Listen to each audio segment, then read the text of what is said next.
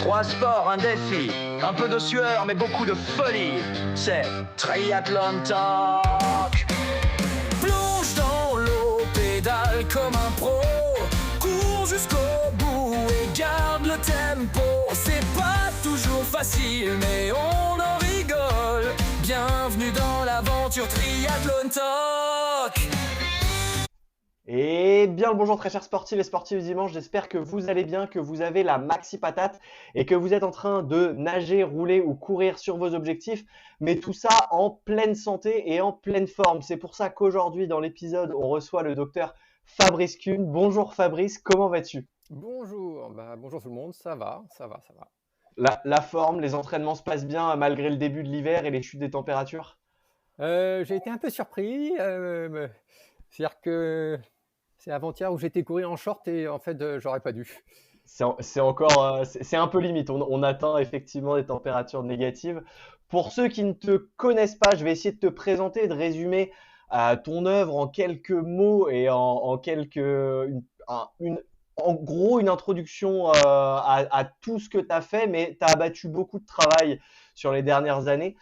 Tu es médecin du sport, tu es aussi pratiquant des sports d'endurance, tu as commencé ton premier marathon en 98, tu as pratiqué aussi le marathon des sables, tu as fait l'Ironman d'Hawaï, tu as eu la chance d'aller à Kona pour réaliser ce rêve.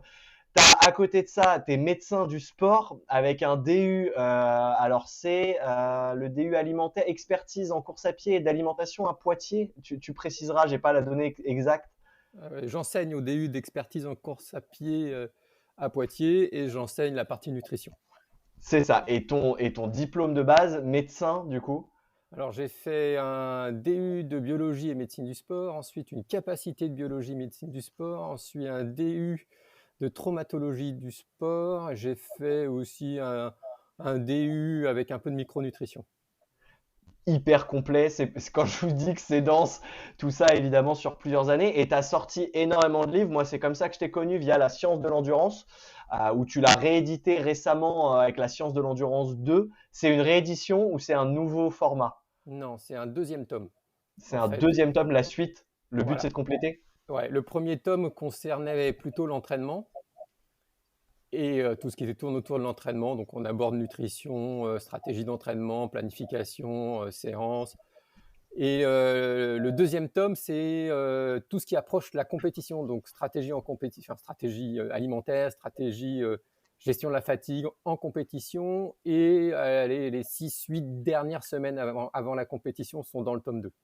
Quelle stratégie en gros mettre en place pour être performant le jour de sa compétition ? Voilà. Parfait. Mais t'as pas écrit que ça, parce que tu as écrit aussi la nutrition de l'endurance, le paléophyte pour les sports d'endurance, les 101 recettes de sports d'endurance, les régimes cétogènes pour les sportifs, l'ultra performance et je bouge plus sans faire de sport. Est-ce que j'en oublie ou pas ? Non, c'est bon. Non, on est bon. Je mettrai tout ça, tous les liens, vous les retrouverez évidemment dans la description de la vidéo si vous voulez aller voir ou s'il y a un livre qui vous intéresse, vous les retrouverez directement dans la description. Au niveau de la biographie, je crois qu'on est pas mal. Est-ce que j'ai oublié des choses ? Est-ce que tu vois des choses à ajouter ?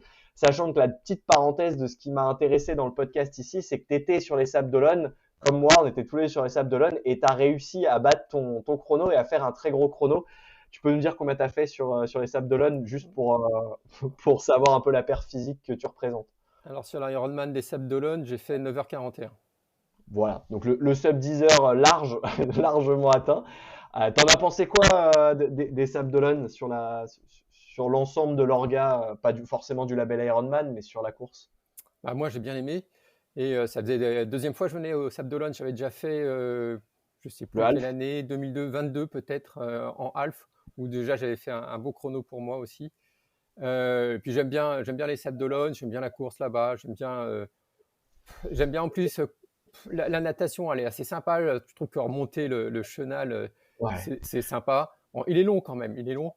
Sur le full, il est long. Sur le half, il était plus court et on était un peu poussé par le courant. Je sais pas si tu as eu ça. Moi, j'avais jamais nagé aussi fort que sur le half, mais sur le full, on n'a pas eu le courant avec nous. Et sur les 3008, à la fin, les 800 derniers, t'es en mode bon, quand est-ce qu'on arrive les bateaux, là, c'est bon, je les ai vus. J'ai eu le sentiment sur les deux que c'était long, quoi. Ouais. puis j'aime bien courir sur la promenade. Là, il y a du monde en fait. Cette année, en plus, il y avait un monde de folie tout Et le puis long du jusqu'au bout, hein. marathon. Ouais. Et moi, j'avais plein d'amis. J'avais de la famille, j'avais des amis partout sur le marathon. Donc, c'était vraiment grisant. Euh, Et moi, j'ai été surpris par la densité de supporters, même jusqu'au niveau du Puy de l'Enfer. Pour ceux qui connaissent les Sables d'Olonne, c'est le bout du parcours. Quand tu compares par rapport à l'Ironman de Nice, par exemple, où ils vont sur la zone au niveau des avions à l'aéroport, mm. qui est vachement moins dense, où il y a presque plus personne, et t'es tout seul sur ce tronçon-là. Et quand tu reviens sur la promenade, après, il y a plus de monde. Mais là, pour le coup, il y avait du monde tout du long. C'était trop grisant. Ouais, je suis d'accord. Il y avait du monde partout. C'est vrai que Ouais. du coup, j'ai fait Nice aussi cette année sur les championnats du monde. Et même sur les championnats du monde, à l'aéroport, il y avait quand même moins de monde qu'il pouvait y en avoir au bout du parcours des Sables d'Olonne. Des Pourtant, sables. finalement, c'est le même circuit, hein, parce que c'était 4 boucles. Donc, ça revient à peu Ouais, près c'est au ça. même. C'est à chaque fois 4 boucles d'environ 10 bornes, 10 bornes dessus. Et le petit passage dans le sable, t'as bien aimé? Oh là là, Facile. ça fracasse. Quand tu remontes les escaliers et qu'il faut reprendre ton rythme marathon, t'es en mode ah ouais, d'accord, ok, il y a quand même un petit peu de fatigue dans les jambes. Euh, C'est-à-dire après le vélo, toujours, enfin, moi, je suis toujours en tout cas bien motivé. Et donc, je pars assez fort. Et puis là, tout de suite, ça calme, hein, parce que tu as quoi, un Jusqu'au kilomètre, un phare, kilomètre 5 et ça calme. ouais, jusqu'au phare ça va. Et puis en plus 13 heures, c'est la période la plus chaude. Tu te retrouves dans le sable avec l'irradiation de toute la ville. Et là, tu prends un petit coup dur de ok, ça y est, c'est le marathon, on est sur l'Ironman, c'est parti. Il va falloir commencer à se rentrer dedans dessus. La partie vélo, moi je l'ai trouvé parfait. Un peu longue, il y a des moments où on est vraiment tout seul au milieu de nulle part. Donc un peu longue parce que c'est 180 bornes, mais je l'ai trouvé vraiment cool et facile. Enfin pour le coup facile quoi. Ouais, alors il y a un peu de D+, mais finalement, comme c'est que des petites bosses à chaque fois, tu le passes avec la vitesse que tu as en descente, donc ça passe bien. J'ai pas été trop seul, je trouve, sur le vélo. Enfin, je m'en rappelle pas, en fait. Je devais être. T'as drafté? C'est peut-être Ah pour non, ça. non, alors là, non, par contre, j'ai râlé sur ceux qui draftaient, parce qu'il y en avait beaucoup qui Ouais, j'ai fait draftaient, pareil. et j'ai râlé fort, et j'en ai parlé aux arbitres. Parce que c'est quelque chose qui me gonfle, et moi, plusieurs fois, j'étais obligé de me relever, quoi. Et quand tu voyais des pelotons qui te passaient, moi, je suis obligé de me relever. Ouais, ça c'est le truc que j'ai pas aimé. On le dira jamais assez. Inscrivez-vous un triathlon pour vous dépasser vous-même et respecter les règles. Le draft en fait pas partie. Le faites pas. Ça me paraît basique comme conseil. Mais je suis d'accord avec toi, c'était frustrant sur les sables. C'est quelque chose de redondant dans le monde du triathlon et c'est toujours frustrant. On a parlé un peu en off la dernière fois. Mais effectivement, moi, c'est un truc qui me saoule pas mal. Pour te présenter un petit peu en tant qu'athlète, pour connaître le profil athlète avant d'attaquer le profil médecin, trois petites questions que j'ai l'habitude de poser aux invités. Le but est d'aller un petit peu chercher l'originalité dessus, donc n'hésite pas à être créatif là-dessus. Première question, si tu devais résumer ton mental en compétition en tant que super-héros, tu choisirais quel super-héros? Et dis-moi que tu as la rêve des super-héros ou que tu as au moins un super-héros. C'est pas grave d'où il vient. Même si c'est un dessin animé, je prends. Il n'y a pas de souci. Alors, ça va pas être original, mais dans mon boulot de médecin généraliste, quand je soigne des enfants, que je les vois arriver avec un t-shirt Spider-Man, pour les détendre un peu, je dis que moi je suis Iron Man. Mais c'est parce que je fais de l'Ironman. Donc c'est pas très original, mais sinon moi je me vois pas comme un super-héros. Non, mais pour résumer ton mental et l'activation de ton mental, par exemple, est-ce que tu serais plus Wolverine à jamais rien lâcher, même si tu prends 60 balles dans le corps et qu'on te mitraille, ou Deadpool et tu continues d'avancer, ou est-ce que tu es plutôt comme Iron Man à réfléchir, à penser à ton entraînement et à arriver en ayant tout anticipé, du coup c'est très fluide et très facile la plupart du temps, ou plutôt comme Hulk à foncer dans le tas, ou enfin tu prends ce que tu veux. Alors, ma vision, ça a été de me dire que j'avais pas des capacités phénoménales, et donc c'était de préparer en amont pour réussir à passer outre mes capacités et optimiser ce que j'ai. Donc ça, c'est ma façon Ouais. de faire, si tu veux. Donc ça se passe à l'entraînement. Et après, c'est vrai que quand je monte, quand j'enfile ma combi pour partir, après c'est bon, j'y vais, quoi. Et je donne ce que j'ai. Je donne Ouais, tout ce que j'ai. donc Tony Stark, aka Iron Man, peut être un très bon Ouais, super-héros pour définir ton mental là-dessus. Moi, ça me va, en tout cas, je le signe.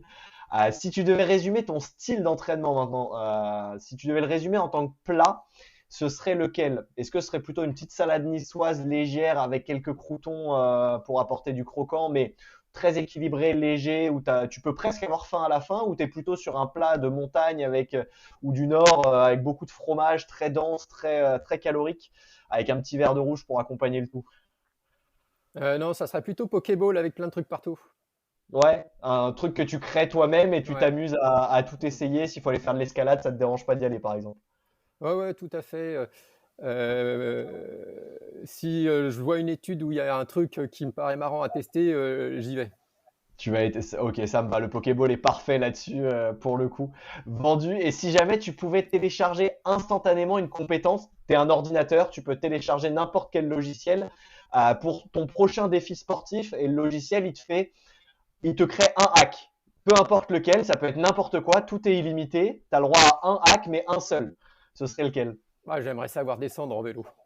Pas de vautrer sur la T2? Ah ouais, non, non, non, pas ça, non. Savoir faire les descentes. Savoir. Ah, ok, la partie descente Ah ouais, parce de que col. ouais, je crois que c'est mon point faible. Tu J'aimerais. tétanises, tu crispes dessus. Ouais, j'ai la trouille sur le vélo. Ça, j'aimerais savoir descendre, quoi. Ah, en même temps, quand tu vois les chutes, c'est vrai qu'il y a. Mais c'est un frein pour beaucoup. Il y en a, notamment sur Nice, il y en a beaucoup qui perdent leur chrono, qui montent bien et qui perdent leur chrono sur la redescente derrière ou sur les triathlons avec des descentes de col. C'est vrai que c'est un vrai problème. C'est souvent mental, c'est souvent plus de l'appréhension que de la compétence physique. Bah, il y a un peu d'appréhension et puis il y a le fait que bah, chez moi, j'ai pas de descente, vraie descente. Donc, j'ai Tu un, peux deux pas virages, t'entraîner. mais j'ai Ouais. pas. Faudrait que je parte m'entraîner ailleurs et puis bah, j'ai pas le temps. Mais, Ouais. mais voilà, j'aimerais bien savoir descendre, quoi. Ouais, en fait, c'est là où s'entraîner quand tu habites en montagne, c'est plus facile. Forcément, si tu habites Grenoble, Mm. bah, tu peux y aller tous les jours et tu peux descendre pour te situer. Toi, tu es, au club de triathlon de Ponto-Combo en région parisienne, c'est ça? Ouais, c'est ça. Depuis combien de temps tu es pratiquant et adhérent là-bas? Bah, ça fait ma 19e licence Et d'affilée. toujours dans le même club. Ouais, alors le club a changé de nom parce qu'avant c'était au club de natation, puis après on s'est isolé et enfin on a pris notre indépendance, mais ça a toujours été le même club. Ouais. Ok, et t'as vu tout le monde changer. Tu dois faire partie, à 19 années, tu dois faire partie des anciens. Alors je fais partie des anciens, mais en fait tout le groupe, il y a vraiment, ça fait des années qu'on s'entraîne ensemble. Alors je suis peut-être un des vraiment plus anciens, mais le groupe maintenant on se connaît depuis des années, on s'entraîne ensemble depuis des années. On vieillit ensemble en fait. Ça, c'est cool, ça. Ça fait des potes d'entraînement avec qui tu peux aller rouler, courir ou nager un peu n'importe quand. Et tu sais que tu as des potes pour les défis un peu à la con de dernière minute. Ils vont te suivre. T'en avais avec toi sur les Sables d'Olonne? Ils sont On venus? était nombreux sur les Sables d'Olonne, ouais, on était, je sais plus, 12, 13, un truc comme ça du club. Ouais. Donc C'était bien ça crée sympa. une bonne ambiance. Ça, Ouais, ça ouais. fait des super. En plus de la course, ça fait des super week-ends, des super souvenirs où vous partagez ça derrière au Airbnb le soir ou au resto le soir quand tout le monde a fini. C'est assez cool. Il n'y a pas eu de DNF? Non, tout le monde a fini. Ah, ça c'est le mieux. Ça c'est parfait. C'est le week-end parfait où le lundi matin tout le monde est content. Ah, c'est trop cool.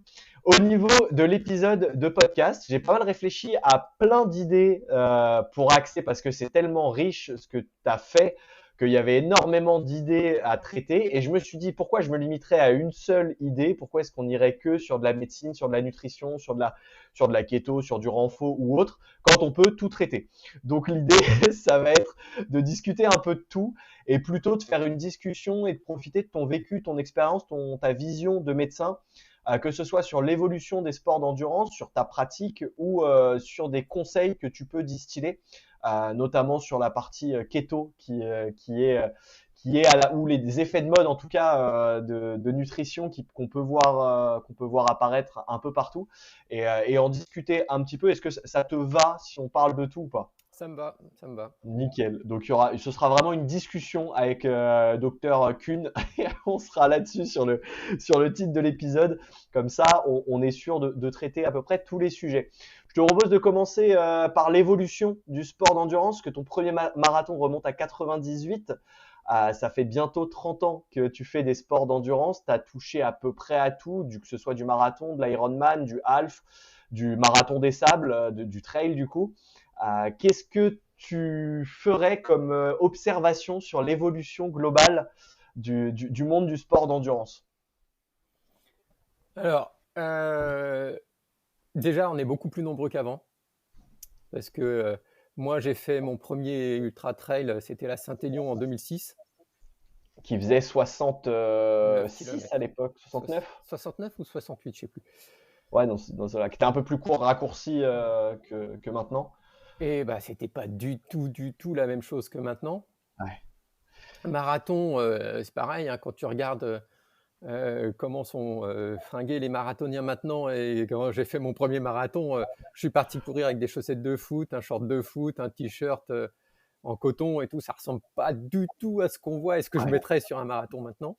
Oui, et les chaussures, j'imagine qu'il n'y avait pas forcément la question du drop, de la plaque carbone, c'était, tu avais pris une basket et puis en avant. Alors j'avais fait une basket et la veille, je m'étais rendu compte, j'avais acheté des chaussures et puis la veille, je m'étais rendu compte qu'elles étaient trop courtes. Donc la veille, j'étais racheté des chaussures pour le jour du marathon.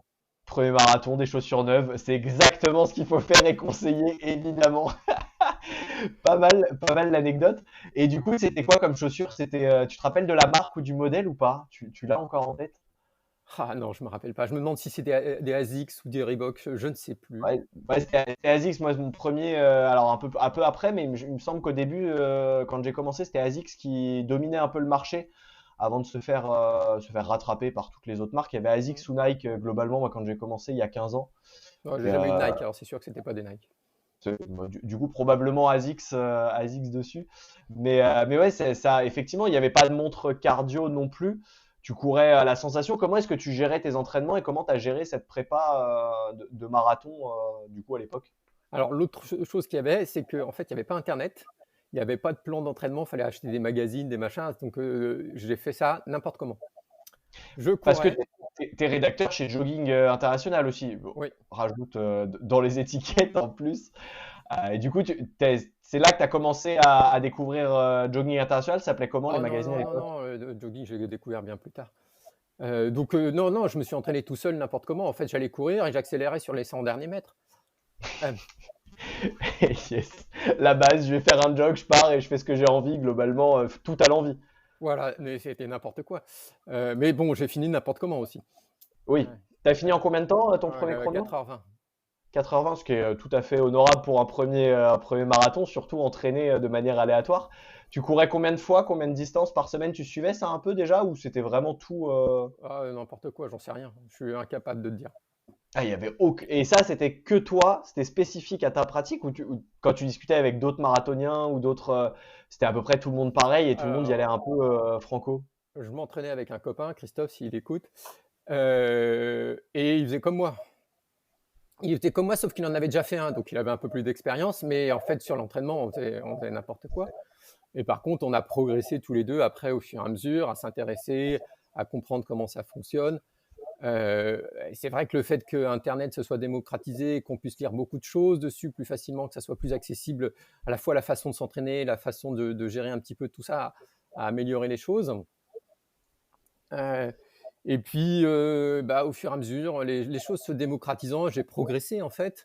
J'ai appris plus de choses. J'ai Tu as pu commencé. structurer un petit peu ton Ouais. entraînement de façon intelligente. En tout cas, tu as commencé à y réfléchir sérieusement. Oui, et puis je me suis intéressé d'abord sérieusement à la nutrition. C'est le Parce premier axe que tu t'es alimenté comment sur ton premier marathon? J'en sais rien, j'ai mangé ce qu'il y avait sur les ravitaillements, j'ai bu comme ça. J'ai pas de souvenir vrai de ce marathon. Je sais que je l'ai fait en 4h20, mais il n'y a rien qui était Ouais. réfléchi. C'était Tu as comme été ça à venait, quoi. l'instinct et puis tu voulais te dépasser et voir ce que c'était un marathon, quoi. Mm. Ouais, je fais comme ça vient. Ok, et du coup, tu t'es intéressé, tu as appris, donc un peu d'internet, j'imagine, voire beaucoup d'internet. Est-ce Ouais, qu'il y des avait livres d'autres aussi, ressources? des livres. Ouais. Ouais, pas Donc tu mal, allais à pas la mal. bibliothèque ou tu les achetais directement en librairie. Il y avait quoi comme livre à l'époque? Enfin, parce que c'est pareil, c'était pas un effet de mode, donc il Bah, n'y avait pas 100 000 il y bouquins. avait les livres de Denis Richer, mais qui sont assez complexes. Ouais, Et puis, ouais, puis voilà. J'ai pas ouais, souvenir d'avoir globalement, quelque ouais, chose. Enfin, c'est faut ça, c'est regarder qu'il dans n'y ma avait pas non bibliothèque. plus pléthore, quoi. C'est tu te cassais les dents sur des livres, pour le coup, hyper scientifiques, hyper poussés, hyper complexes, mais il n'y avait pas l'accessibilité à l'information. Ah, il devait y avoir un ou deux livres hyper simples, mais qui me satisfaisaient pas. En fait, c'est ce que j'ai fait, c'est que j'ai fait avec mon premier livre. Le premier livre que j'ai écrit, c'était La nutrition de l'endurance. Je l'ai écrit en 2011 et donc il est paru en 2012. Ouais, c'était le moyen de faire quelque chose qui soit à la fois accessible pour tout le monde et qui soit pas trop niais et qui apporte des informations. Donc j'ai essayé de faire le juste milieu, de vulgariser de façon assez intermédiaire pour tout le monde, quoi, en fait. Ouais, rendre accessible l'info tout en ayant des sources et en structurant une pensée qui soit quand même un minimum scientifique et pas juste balancer des infos comme ça de façon abrupte ou même sans savoir ce que tu dis, comme ça peut être le cas sur les réseaux actuellement, parce que le défaut c'est qu'actuellement on trouve beaucoup de choses et il y a tout, il y a à boire et à manger, c'est un peu le foutoir là-dedans. Et comment est-ce que tu l'as vécu cette évolution dans ta pratique avec l'arrivée des montres? Est-ce que tu t'es jeté dessus? Est-ce qu'il y a eu un effet de mode? Est-ce qu'il fallait y aller? Par exemple pour les montres, pour traquer ton cardio, est-ce que c'est arrivé bien après? Est-ce que petit à petit ça s'est fait naturellement, petit à petit au fur et à mesure de ta pratique? Comment tu l'as perçu? Alors, j'ai pas eu de montre cardio tout de suite. J'avais une montre et puis je prenais mon temps à la montre, hein. Mais par contre, j'ai eu dès que mon père a eu un moment un GPS pour faire de la randonnée, un gros truc, hein, genre talkie-walkie. Ouais. Et ben, je l'ai pris pour tester ma VMA en fait.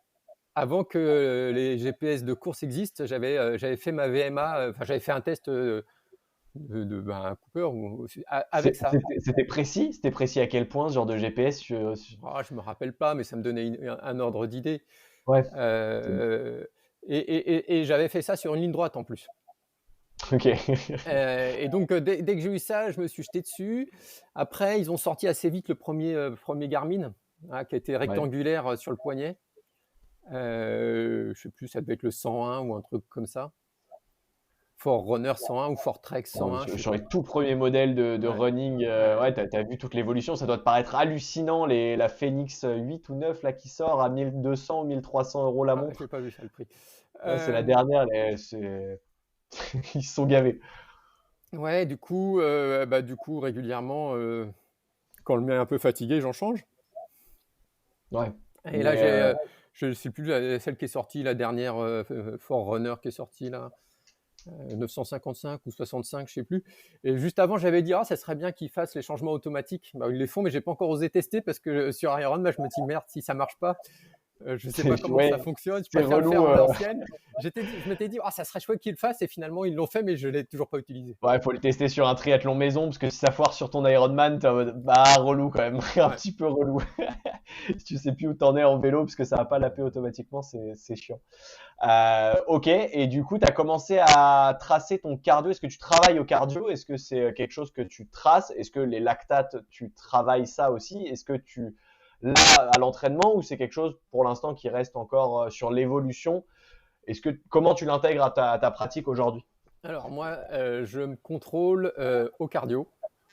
En fait, j'ai deux façons de contrôler mon intensité. C'est sur les efforts d'endurance, j'ai toujours la ceinture. Enfin, de toute façon, à chaque fois que je m'entraîne, sauf la natation, j'ai toujours la ceinture cardio. D'accord? Ok. Et jamais au poignet, parce que franchement, je trouve que c'est vraiment nul. Oui. Donc, j'ai toujours la ceinture cardio. Quand je suis en endurance, je contrôle au cardio. Il m'arrive de faire des séances où je pars sur, allez, je vais dire une bêtise, même 20 minutes au cardio à 142 pulses. Je contrôle quand je suis à haute intensité au-delà de 2 minutes. Et quand j'ai des efforts de moins de 2 minutes, je l'ai, ce qui me permet de visualiser, mais je me fie, l'intensité, elle est fiée à la vitesse ou à la puissance. Ok. Donc la puissance, tu as un stride ou un capteur de puissance? Alors, je ne parle pas en course à pied. En course à pied, je le fais à la vitesse. En vélo, ok. Et je parle sur le vélo. Ok. Donc et je du travaille coup, vélo, c'est beaucoup sur le home trainer. Beaucoup du coup, sur le home trainer. Puissance et vélocité, c'est les deux curseurs que tu suis, plus que le cardio d'ailleurs, j'imagine, sur le vélo. Eh ben, ça dépend ce que je fais. Si je fais du long, c'est-à-dire que si je vais faire du fractionné, si je vais me faire des 5 minutes en endurance, je vais le suivre au cardio. Oui, c'est plus cohérent pour suivre la fatigue que tu génères. Voilà, et par contre, si c'est du fractionné, moins de 1 minute, enfin même plus de 2 minutes, je vais le faire à la puissance. À la puissance. Et en course à pied, tu le suis au cardio, tu suis ton entraînement au cardio et tu vérifies que tu vas dans les zones, tu connais tes zones cardiaques ou pas? Ouais. Ouais. Donc du coup, tu regardes que tu ailles bien dans les zones et que tu atteignes bien, je sais pas comment tu les appelles, si c'est Moi, j'ai 3 zones. Z6, Z7 Moi, j'ai 3 dessus. zones. J'ai zone 1, 2, 3. Ouais, Et après, j'ai zone 1 plus, enfin, en bas de zone 1, en haut de zone 1, ouais. et en bas de zone 3 et en haut de zone 3. Ce qui fait, en fait, ce qui fait l'équivalent de I1 à I5. Oui, c'est ça, ça crée les Euh, mêmes zones. Mais c'est pour ça, comme on a tous un vocabulaire différent dessus, c'est juste le vocabulaire qui change. Mais ce qui compte, c'est d'avoir un cadre dans lequel évoluer. Et à partir de quel moment tu as mis ce cadre-là, justement, que ce soit alors le capteur de puissance, pareil, ça existait déjà ou pas? Ça, j'ai pas l'info. Si, peut-être que ça non, existait déjà c'est aussi. récent. Puis, de toute façon, même je l'ai eu assez tard parce qu'au début, ça coûtait vraiment très cher. Bon, ça Ouais. coûte toujours, ça coûte toujours cher, c'est toujours 800 euros à peu près un capteur de puissance fiable. Non, et puis, en fait, au début, mon point fort, c'était vraiment la course à pied. Et en vélo, j'étais très mauvais. Ouais. Natation, dès le début, j'étais plutôt correct, jamais très bien, mais plutôt bien placé. Suffisant. Ouais. Ouais. Et vélo, c'était vraiment, vraiment mon point faible. Et c'est à partir du moment où j'ai eu mon premier vélo d'entraînement intérieur où je me suis vraiment amélioré. Et puis après, quand j'ai eu mon capteur de puissance dessus, c'est là où vraiment j'ai pu faire du qualitatif. En fait, j'utilise le home trainer comme on pourrait faire de la piste en course à pied. Ouais. Et ça me permet de faire des séances d'1 heure vraiment qualitatives. Et c'est ce qui m'a vraiment fait progresser en vélo. Et ce qui fait que maintenant, je suis à peu près équivalent dans les 3 disciplines. Voire même le vélo commence à être presque ma meilleure discipline. Ok, tu as réussi à réharmoniser les curseurs et ça grâce au développement, entre guillemets, de la technologie. Est-ce que tu penses que tu Non, l'aurais fait sans… c'est grâce à l'entraînement sur l'home trainer plus que le développement des Oui, mais il n'y technologies. avait pas de home trainer dans les années 2000, ou alors c'était Non, des si, home moi j'ai trainers eu. sur rouleau. Ouais, alors depuis quand je l'ai eu, moi, on va dire que j'ai dû avoir un vélo un d'entraînement depuis 2012 peut-être.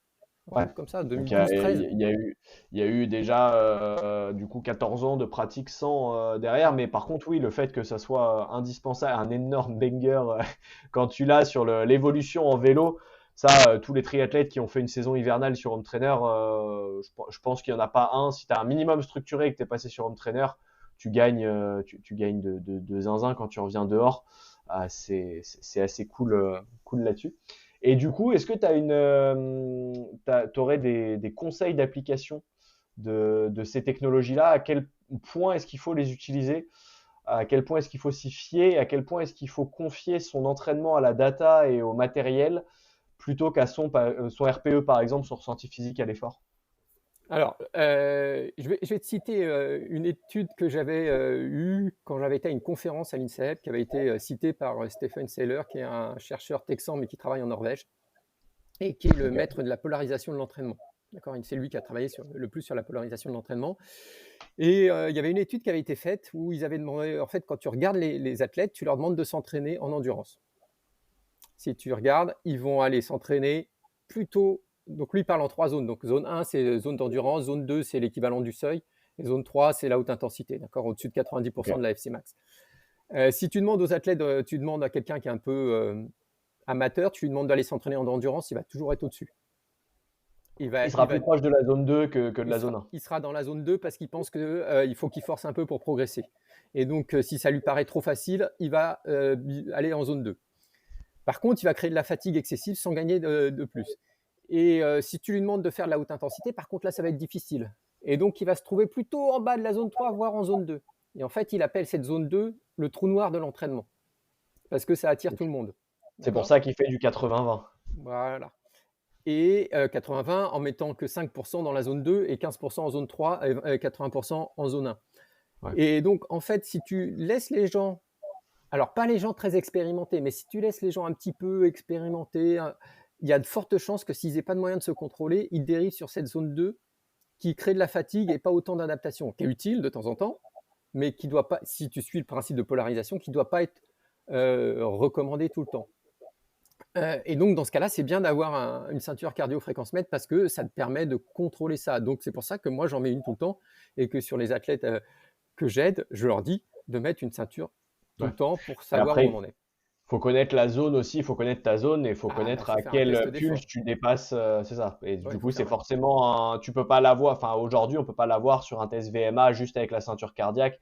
c'est compliqué d'aller choper les zones précisément, en tout cas la pulse près, c'est compliqué d'aller Ouais, choper. mais est-ce que tu as besoin d'être à une pulse près? Tu vas pas les flirter avec les limites. Non, non, on est d'accord, mais Tu vois, si ta ça met un zone, cadre. ton changement, il est à 145 de pulse, si tu à 144 ou 146, ton organisme, il va pas changer d'un coup brutalement. Oui, Il y a quand même des trucs pareils. Donc, ce que je demande, c'est de pas aller flirter avec les limites. d'être bien en dessous. Non, pas bien en dessous, mais toi, si c'est 145, tu te mets à 142 et puis le travail, il est fait. Ouais. Voilà, et ça reste un guide parce que ça dépend aussi des jours, ça dépend aussi de ta fatigue. Moi, je sais que quand je suis fatigué, le cardio, il monte pas aussi haut. Il y a quand même pas mal de choses qui interviennent. Donc, pour moi, c'est quand même important d'avoir un contrôle là-dessus. Un contrôle cardio, enfin une vision Ouais. en tout cas de data de l'entraînement. Est-ce que c'est ça qui lead ton entraînement, qui dirige ton entraînement à 100%? Ou est-ce que quand tu vas sur un frac, tu regardes d'abord, ok, je dois me mettre une cartouche, je me mets la cartouche, et ensuite en rentrant, je regarde les data, ou quand tu fais ton frac, t'es les yeux rivés sur la montre à regarder que tu atteignes bien le chrono et le cardio nécessaire? Non, sur un fractionné, à pied par exemple, ça va être la vitesse qui va me guider. Je me connais, je connais à peu près mes intensités, je sais que si je dois faire d'une minute, c'est à cette vitesse-là que je le passe et je me mets sur le chrono et la vitesse et la distance, enfin voilà, mais pas sur le cardio et je le garde en contrôle. À la Éventuellement, ça fin. peut être un truc pour me dire, bah, c'est bien, c'est dur, c'est bien, tu es en train de faire le boulot ou en train de me dire, bon, bah, finalement, c'est un petit peu facile, tu peux peut-être monter un petit peu, mais c'est vraiment pas le cœur du Ouais. travail. Par contre, si je fais du fractionné autour des 8 minutes, par exemple, ou des 5-6 minutes, là, ça va me servir. Ouais, parce que là, il faut te mettre sur un travail de seuil et il faut monter en fonction de si tu travailles l'allure 10K ou marathon. C'est pas là, t'es soit en haut zone 2, soit en bas zone 1, soit en bas zone 2, Alors, si je fais globalement. des 5 minutes, je les fais, soit je fais des 5 minutes en endurance, soit je fais des 5 minutes, mais en bas de zone 3. Ouais. Donc sur de la haute intensité. Mm. Donc ça reste plutôt proche sur le travail 10K. Ouais. Du coup, techniquement, si tu fais de l'allure marathon, tu sors de la zone 1, tu fais du bas zone 2 ou tu restes en haut zone 1. Bah, ton allure marathon, ça va dépendre de quel niveau tu as. Ouais, mais Euh, c'est pour corréler à ton cardio, à oui, ta zone. alors c'est-à-dire qu'à l'entraînement, moi je polarise l'entraînement, d'accord? Donc j'ai très peu de travail en zone 2, je vais en avoir, euh, et bon, j'en ai très très peu. J'en mets pour varier un peu de temps en temps. Mais Même pour le travail spécifique, ça je trouve que c'est une vraie question de quand tu as du spécifique, par exemple de l'allure semi, typiquement tu tombes rapidement au milieu de la zone 2. ouais, alors si tu veux, il y avait des études qui montrent quand même que les marathoniens de haut niveau ont tendance à polariser et donc passer très peu de temps à l'intensité de marathon. Donc ils Ouais. font peu de rappel d'allure ou de travail d'allure spécifique. Ouais, alors tu peux le modifier durant ta saison, c'est-à-dire que tu en fais peu au début de saison et puis tu en fais plus quand tu approches des compétitions. Ouais. Mais Mais par du exemple, coup, il y a tu une me étude qui conseillerais. avait montré que, si tu veux, il y a une étude, bah, toujours Stephen Seller, qui avait comparé plusieurs séances et que la séance, parmi celles qu'il avait comparées, donc c'est pas parmi toutes les séances, hein, mais parmi celles qu'il avait comparées, il avait 4x4, 4x16, 4x8 minutes, d'accord, aussi vite que possible. Et Ouais. celle qui améliorait le mieux le seuil, la VMA, la VO2 max, enfin la PMA, la VO2 max, c'était 4x8 minutes et c'était en bas de zone 3. C'était à la jonction entre zone 2 et zone 3, tu vois. Ouais. Donc Donc, en il y avait, gros, c'est un 4 fois 2 km à allure 10K voilà. Et globalement. donc, tu n'es plus vraiment dans le seuil, tu es un petit peu au-dessus. Donc, tu vois, et Ouais. tu améliorais le plus le seuil. Donc, Ok, et c'est ça qui améliorait le plus les facteurs physio. ouais, chez tous les athlètes. Qui a le plus d'impact. Ok, bah, enfin, c'est cool, mais il y a d'autres visions que la polarisation. Il Ouais, y a bah, yeah. plusieurs entraînements, le norvégien par Mm. exemple, ou différentes méthodes d'entraînement. C'est quoi ton scope si on dézoome sur les effets de mode aussi de l'évolution? C'est quoi ta vision là-dessus sur l'évolution du type d'entraînement? Après, le problème de certaines choses comme font les Norvégiens, c'est qu'il faut avoir un capteur de lactate. Euh, bah, ça fait encore investir dans un truc de plus. C'est compliqué à gérer, je pense. Moi, j'aime bien essayer de me dire, je prends une solution qui est accessible à tous, facile à appliquer et qui va pas me casser la tête. Et Et donc, qui c'est vrai que, fonctionne. donc c'est vrai que moi, je suis sur la polarisation parce que finalement, ce que je me dis, c'est où je suis en endurance, je suis en endurance, où je fais du fractionné, je fais vraiment du fractionné, et puis je fais un peu du reste de temps en temps. Et du coup, ça me permet d'avoir une vision assez simple et pas d'être obligé parce que de vraiment de dépendre de trop de trucs. Mais après, ça se défend aussi. Ça se défend. Moi, j'ai gardé cette vision polarisation aussi pour une autre raison, c'est que quand j'ai travaillé sur Paléophyte, en fait, vu le fonctionnement de notre organisme, c'est logique de faire la polarisation d'entraînement parce que notre organisme, il a été construit au fur et à mesure des années, enfin des Ouais. millénaires, et il a été construit sur le modèle des chasseurs-cueilleurs. Et quand tu regardes les activités des chasseurs-cueilleurs, c'est ce que j'écris dans Paléophyte, finalement, ils passaient 80% de leur temps en endurance, d'accord? Parce que quand tu marches dans les sentiers, à cette époque-là, c'était pas comme tu marches dans la route, donc c'était assez de l'endurance. Ou alors de la haute intensité pour faire une chasse, pour échapper à un prédateur, et que finalement, ils passaient peu de temps en zone 2. Pourquoi? Parce que la zone 2, elle est fatigante, elle consomme beaucoup d'énergie, que eux, ils n'avaient pas de supermarché pour faire le plein de glucides. Il fallait Et donc, l'atteindre, le mammouth. il fallait économiser ça. Et je pense que c'est aussi pour ça que le seuil, quand tu fais du seuil, c'est pénible comme effort, c'est vraiment dur. C'est parce que je pense que ton cerveau, il se dit, il ne faut pas que je reste là, parce que je me mets en danger s'il y a un prédateur après. Quand on était chasseur-cueilleur, maintenant, bien sûr, ça n'a plus de sens. Il faut qu'il te reste encore ce petit bouton rouge à utiliser, Voilà. cette capacité de sursaut énergétique de OK, s'il sort de maintenant, il faut que je puisse Voilà. partir sur 10 secondes. Ça fait sens, tu me tends la perche pour aborder le sujet justement de la paléo. Qu'est-ce que t'entends, qu'est-ce que tu mets derrière paléo? Alors déjà, moi, je ne parle pas de nourriture paléo, même si on peut s'en inspirer. Moi, je parle de s'entraîner comme un chasseur-cueilleur, parce que comme je te l'ai dit, notre patrimoine génétique, il a été construit par et pour la course à pied. D'accord? On a toujours couru. On est fait pour l'endurance. Il y a très peu d'autres animaux qui sont capables d'endurance comme nous. D'accord? On est parmi les rares à transpirer d'ailleurs, à avoir des glandes de Alors, on transpiration. est ceux qui transpirent le plus, ouais. Ouais, c'est ça, on est Bah, pour quand se tu vois un réguler en chien, termes de. par exemple, Ouais. le chien, il est obligé de tirer la langue, hein. C'est la seule façon qu'il a d'éliminer la chaleur, c'est de tirer la langue, alors que nous, c'est tout notre corps qui transpire. Ouais. Et du coup, on a la capacité de se refroidir qui nous permet justement de faire ces trucs-là d'endurance. Tout à fait. Donc, voilà, on est fait pour ça. Et donc, j'ai basé le modèle d'entraînement sur ça. Et d'ailleurs, ça se confirme parce que quand tu regardes certaines études, c'est une étude qui a été publiée par Inigo Mujica, que beaucoup d'athlètes s'entraînent selon cette même répartition des intensités d'effort et selon la même polyvalence. C'est-à-dire qu'on est très endurant, Ok. mais on est aussi polyvalent. On est capable de faire de l'endurance, un peu de vitesse, un peu de force.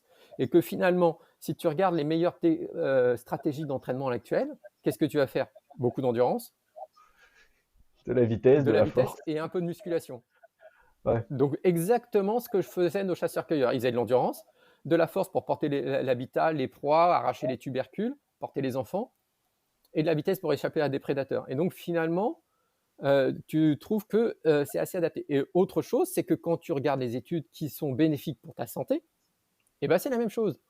Beaucoup d'endurance, de la musculation et un peu d'effort à haute intensité. Et c'est le meilleur compromis pour améliorer ta santé. Donc Ouais, en pour fait, trouver. tout correspond et c'est pour ça que j'ai construit le modèle comme ça. Ok. En gros, c'est le modèle, ce qu'on appelle aujourd'hui sur les réseaux athlète hybride. C'est exactement la définition d'un athlète hybride. C'est quelqu'un qui arrive à faire du crossfit, de la haute intensité, de la vitesse et de l'endurance, qui est en fait polyvalent et capable de tout en spécifiant à son sport derrière, globalement. Tout à fait. Ok, et comment est-ce que tu le construis dans l'entraînement en lui-même comment ça se décompose sur une semaine? Alors pour moi, Pour toi ou pour les athlètes que tu accompagnes ou de alors, manière pour les générale? athlètes que j'accompagne et pour moi, en gros, c'est euh,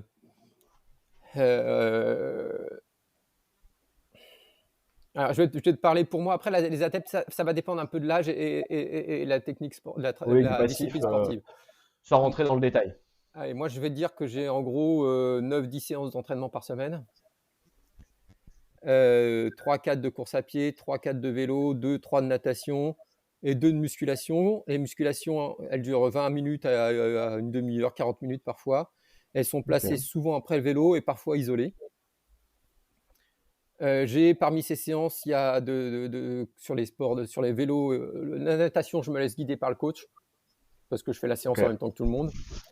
Et le vélo et la course à pied, je vais passer 1 à 2 séances de haute intensité par discipline par semaine. En fonction Ok. il y a des moments où j'arrivais à passer 5 séances de haute intensité par semaine au total. En course à pied ou Au total, dans tout? dans tout. Au total. Et c'est là que je faisais de la périodisation par bloc. Je faisais 5 séances d'intensité une semaine, 2 la semaine d'après, 2 la semaine d'après, 2 la semaine d'après, et je recommençais le cycle. Ok. Ça permet d'éliminer les interférences parce que du coup, quand tu fais de la haute intensité, tu vas créer des interférences avec l'endurance et vice-versa. Et donc là, tu condenses sur une semaine, sur une période courte, les mêmes signaux pour avoir plus d'adaptation et être plus performant. Ça a montré que c'était efficace, hein, et avoir moins d'interférences. Et donc, tu augmentes ta performance. Les études ont été testées chez des cyclistes et donc ils faisaient 5 séances de PMA la première semaine. Donc, c'était souvent des 5 fois 6 minutes ou 6 fois 5 minutes, aussi vite que Ah, possible, avec 2 minutes de récup. faut avoir la dalle pour le tanker. Enfin, la semaine, elle est longue quand même. T'arrives à la fin de la semaine, t'es content. Et les semaines d'après, tu avais un rappel, une séance rappel. Ok. Donc, et ça, c'était comparé à 2 séances de PMA par semaine, toutes les semaines. Et donc, ceux qui avaient fait 5 la première semaine amélioraient plus leur performance à terme. Ok. Sur le D'accord, long terme, c'est plus bénéfique. voilà. Et donc, par contre, j'ai 52 ans, bientôt 53. Et ce que je fais maintenant, ce que je faisais il y a 5-6 ans, en faisant de la périodisation par bloc, notamment quand je me suis qualifié pour Kona, je ne suis plus capable de l'encaisser.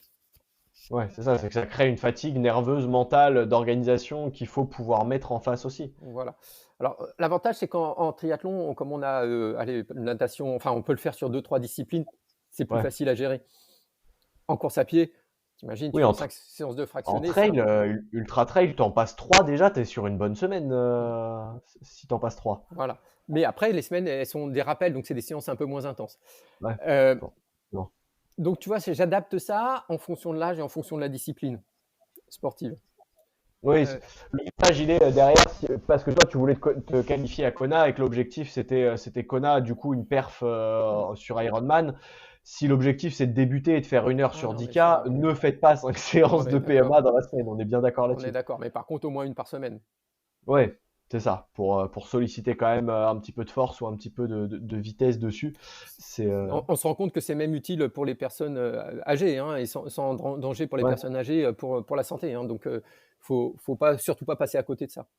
Bah même le sprint, ça a été démontré que le sprint sur très court, faire un 10 fois 100 mètres récup 30 ou 40 secondes en pleine balle, c'était ultra bénéfique pour les personnes âgées et c'est justement l'une des idées reçues que ça flinguerait les genoux, l'arthrose. Quid de l'arthrose, qu'est-ce que t'en penses? Est-ce que la course à pied flingue les genoux ou les articulations? Ou au contraire, jusqu'à quel niveau et jusqu'à quel point est-ce que c'est du sport santé et jusqu'à quel point, à quel moment on sort de l'aspect santé? Alors, j'en parle dans la science de l'endurance, le tome 2, Ouais, où on parle d'arthrose. Et donc, j'étais en relation avec des chercheurs qui sont en train de faire une étude sur des gens qui remettent à la course à pied et des gens qui mettent à la course à pied et qui ont de l'arthrose du genou. Et à terme, on s'aperçoit que courir, quand on a de l'arthrose, ça améliore les symptômes. D'accord? Moins de douleur, moins de recours à la prothèse, euh, moins de, euh, moins d'impotence. Donc en fait, c'est bénéfique.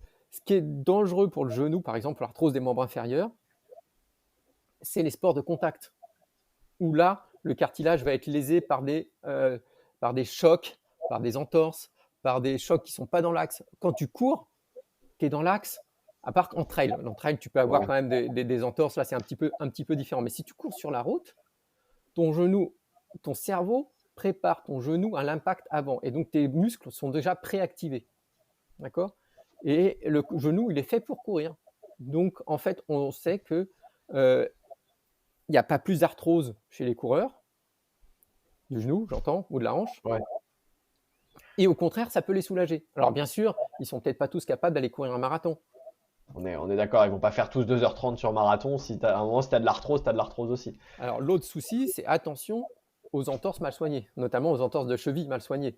Faire de la rééducation après une entorse de cheville, parce qu'une entorse de cheville mal soignée, si tu le répètes, là, tu as un plus gros risque d'arthrose ultérieurement.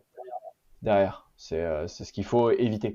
Et quid du coup des chaussures parce que on voit passer des drops de 0 du minimalisme jusqu'à 10. On en voit des dynamiques carbone, on en voit des grosses mousses en azote, je crois, pour Brooks. Tu as différents types de mousses. Est-ce qu'il vaut mieux privilégier une mousse et un gros amorti? C'est mieux. On entend souvent dire que pour les coureurs plutôt lourds, il vaut mieux une grosse mousse. Pour les coureurs plutôt légers, il vaut plutôt du dynamisme. Est-ce que ça a un impact sur le genou en termes d'adaptation? Parce que le choc qui est absorbé par la chaussure, il n'est pas absorbé par le genou. Est-ce que ça le protège ou est-ce qu'au contraire, ça le désadapte? Alors, j'ai pas toutes les informations là-dessus parce que c'est pas ma spécialité, ça. Ouais. A priori, il faut quand même pas avoir trop de drop, faut pas avoir trop d'amorti. Pour certains qui sont handicapés, c'est quand même bien d'avoir un peu d'amorti et un peu de drop. Et puis, ça va dépendre un peu de tes pathologies. Est-ce que tu es habitué à courir avec quoi? Si tu as des chaussures avec peu de drop et que tu vas bien, il faut rien changer. Si tu as des chaussures avec du drop et que tu vas bien, il faut rien changer. Je pense que c'est quelque chose qu'il faut. Il n'y a pas de message, à mon avis, il n'y a pas de message universel. C'est plutôt on s'adapte à chaque cas. C'est ça, Moi, regarder ta foulée à toi et regarder ce qui le convient le mieux en gros dessus. moi, j'aime bien avoir un peu d'amorti, mais pas trop. J'aime bien sentir ce que je fais. Et j'aime bien avoir des chaussures un peu dynamiques. Mais par exemple, j'avais déjà essayé les Hoka, les anciennes avec le gros, avec un gros stack et je sentais pas ce que je faisais, je me sentais pas bien avec parce que j'avais pas la réactivité, j'avais pas le sensation. Moi, j'aime bien avoir un peu les sensations de la course et Du sentir ce que terrain. tu fais. Et là, je l'avais pas. Alors, par contre, c'est vrai que ça m'est déjà arrivé de courir en minimaliste. Là, je l'ai trop parce que je suis pas habitué. Je pense qu'il faut s'adapter au cas par cas. Je pense qu'il n'y a pas une chaussure universelle pour tout le monde. Ok, c'est chacun, et du coup, il faut plutôt aller faire un test de foulée ou aller directement en magasin pour essayer de tester, voir, vous pouvez aussi voir l'usure de vos chaussures, de vos anciennes chaussures en dessous en regardant la semelle, c'est plus usé à l'extérieur, sur l'avant, sur l'arrière. Ouais, et puis Ça vous donnera, ça dépend de si on a des pathologies ou pas. ouais, et du coup, ça, s'adapter à tout ça.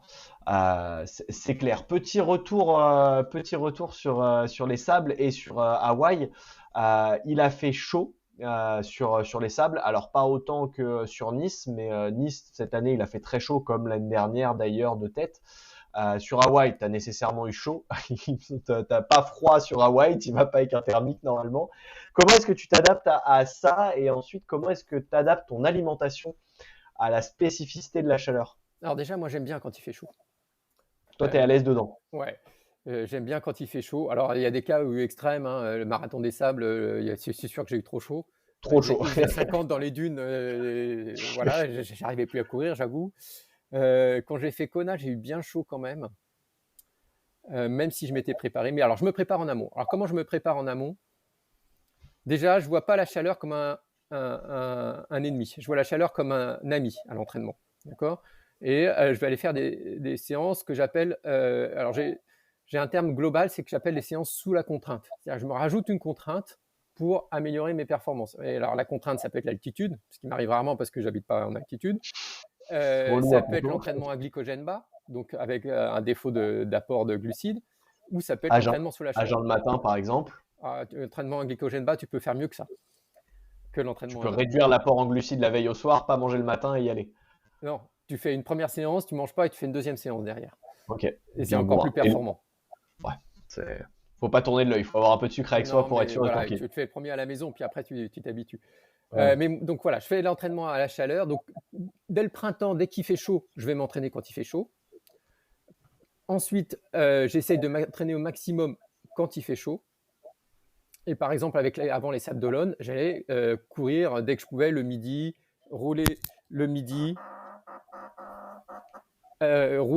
quand il faisait chaud. Quand je vais en vacances ou l'été, je vais en Espagne, je vais courir le midi ou à 14h quand il fait bien chaud.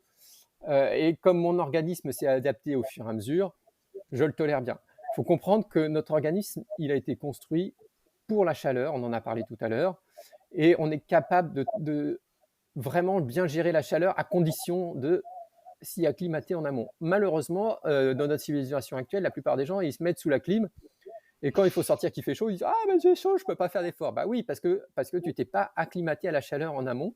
T'es Et pas donc, entraîné. voilà, il faut s'entraîner quand il fait chaud. Et quand on s'entraîne quand il fait chaud, notre organisme apprend à mieux transpirer. Et quand on transpire mieux, on élimine la chaleur plus vite, plus tôt, on perd moins de minéraux et on perd moins en performance. Donc, il faut s'acclimater systématiquement en amont, prendre le temps de Quand le on faire. sait qu'il y a un risque sur l'objectif Non, du même jour pas. J quand il est en été et qu'il va faire chaud, tu le fais même si l'objectif, genre à la fin de l'été, tu continues de t'entraîner sous la chaleur, même si l'objectif il est en novembre. Oui, parce que y a aussi des études qui montrent que si tu t'entraînes à la chaleur, tu améliores tes compétences, tes performances. Si tu fais les mêmes séances sous la chaleur, tu améliores tes performances sous la chaleur et en ambiance thermique neutre. Donc, il faut le faire systématiquement. Donc ça exclut la Saint-Élion, typiquement, vu qu'on est dedans. Si tu t'entraînes pour la Saint-Élion, il vaut mieux y aller le soir tard pour t'entraîner à la nuit et au froid. Alors, tu n'as pas les mêmes adaptations en fait. Parce que tu vas aussi, quand tu t'entraînes à la chaleur, tu vas augmenter ton volume sanguin, ton volume plasmatique, hein, donc le liquide qu'il y a dans le sang, et ce qui améliore tes performances. L'acclimatation à la chaleur, elle se fait au froid, elle se fait autrement. Donc, C'est-à-dire, elle se fait comment? c'est avec les couches de graisse, avec les frissons, avec les vasoconstrictions périphériques. Mais tu n'as pas le même système, tu n'as pas un système d'acclimatation au froid aussi performant que l'acclimatation à la chaleur. Est-ce qu'il y a des gens qui sont quand même, malgré tout, malgré l'entraînement, plus adaptés ou plus résistants à la chaleur et qu'il y a par exemple des profils neuro qui seraient plus adaptés ou acclimatés à la chaleur, hormis entraînement? À niveau d'entraînement égal, à âge égal et à capacité égale, le même sexe, si on compare deux profils, est-ce que c'est possible qu'il, malgré tout, il y en ait un qui souffre de déshydratation, qui ait plus de mal à se thermoréguler que le second? Oui, parce qu'on a tous des profils génétiques différents, on a tous des enzymes différentes, on ne réagit pas de la même façon. C'est comme à l'entraînement, tu peux faire les mêmes séances à deux personnes, le même entraînement, ils ne vont pas progresser de la même façon. Donc l'acclimatation à la chaleur, c'est la même chose. On va tous réagir plus ou moins bien. Et il y a une part de placebo aussi. C'est-à-dire que moi, j'aime ça, donc ça ne me dérange pas. Ouais. Et il y en a qui vont tout de suite partir des fétistes que ça va déranger. Moi. Moi, je suis plus à l'aise quand il fait froid et je suis mieux quand on se pèle, je préfère. Mais effectivement, il y a un truc en fait, avant même de partir t'entraîner, t'es déjà en train de te dire, genre là, il neige, je suis en train de me dire, chouette, il neige, je sais que je vais aller courir ce soir à la frontale dans la neige. Je suis comme un gosse. Je suis pas en train de me dire, je vais avoir froid, ça va être dur, je vais me peler les miches. Et à l'inverse, quand il fait 30 degrés et qu'il faut que j'aille faire un frac sous 30 degrés, je suis en train de préparer mes électrolytes, je recule la séance, je suis ah là là. Tu vois, moi, cette année, là, à un moment, il avait fait 37, 38. Je me disais, super. Et en fait, je travaillais, je n'avais pas pu aller m'entraîner le midi. J'ai été déçu parce que le midi, je n'avais pas le temps d'aller m'entraîner alors qu'il faisait super chaud. Ah, moi, j'écoutais les recommandations de l'OMS et je l'utilisais comme excuse et j'étais en mode non, piscine, c'est bien. Mais tu vois, c'est aussi ça, c'est un problème. C'est-à-dire que Ouais. maintenant, on en est à interdire aux gamins d'aller courir quand il fait 30 degrés. Mais non, les Bah, en gamins, fait, ils sont c'est faits comme. pour ça. Et si tu les protèges systématiquement et que tu leur empêches de faire ça, tu n'es plus à acclimater la chaleur et tu supportes plus. C'est un cercle vicieux. Oui, c'est ça, mais en fait, comme on est sur une population aussi qui est beaucoup plus sédentaire ou en tout cas désentraînée, l'OMS est obligée pour préserver la population qui est moins entraînée. Quand tu regardes les rapports il y a un jeune sur trois qui arrive à faire un saut à cloche-pied de 3 sauts sur un seul pied, enchaîner un saut sur un seul pied 3 fois. Tu te dis, il y a un problème physique chez les jeunes, au global, hein, pas tous les jeunes, mais au global, la jeunesse a un problème. Du coup, si on l'expose à la chaleur, ou si elle va jamais courir et que le jour où il fait 40, elle a l'idée d'aller faire un jog, c'est pas la journée où il faut démarrer. Ouais, mais dans ce cas-là, tu leur dis aussi, bah non, surtout n'allez pas courir parce que vous savez pas courir, hein, même quand il fait 20 degrés. Et puis finalement, tu t'enfermes Oui, ils iront jamais. je fais plus jamais rien. Ouais, mais c'est là tout le problème du message, c'est que eux doivent prendre le moins de risques possible. Enfin, moi, je le perçois comme ça, et ils n'ont pas le choix du niveau sportif qui baisse. Évidemment que pour la santé, il faut bouger, et là-dessus, je pense qu'on sera d'accord. Courir un 10 bornes n'a rien d'exceptionnel. En tout cas, le corps humain est fait pour courir un 10 bornes. Alors, courir un 10 bornes n'a rien est exceptionnel pour la plupart d'entre nous, enfin Oui, de nos contemporains, et ne devrait pas hormis l'être. chrono. Hein. Et ne Oui, devrait pas hormis l'être. chrono, on est bien d'accord. On parle pas d'un 10 bornes en dessous de 40 ou de 35 minutes. On parle de courir Oui, la distance 10 bornes, oui, bien sûr. peu importe comment. Mais Je ça, on le est bien compte en d'accord. 35 minutes. Ouais, mais ça, on est bien d'accord, c'est un problème de santé générale où, effectivement, courir un 10 bornes, c'est comme faire 10 pompes ou 50 squats. On devrait être capable, toute la population devrait être capable de les faire. Mais là, on touche un problème de santé globale et de sédentarité global dessus. Tu as quel scope, toi, en tant que sportif d'endurance et médecin, les patients que tu vois et la vision que tu en as, c'est quoi? Alors moi, j'ai une vision biaisée, hein, parce que forcément, mes amis, c'est des triathlètes, ils font du longue distance, ou alors ils font de l'ultra en trail. Et donc, pour la plupart, si je leur demande d'aller courir un 40 km demain, ils sont capables de le faire Ils y vont. pas forcément en 4 heures, mais toi, ils sont capables de le faire. Non, non, Euh, ils viendront avec toi, ils prendront une flasque avec un peu de boisson d'effort et puis ils seront partis. voilà. Euh,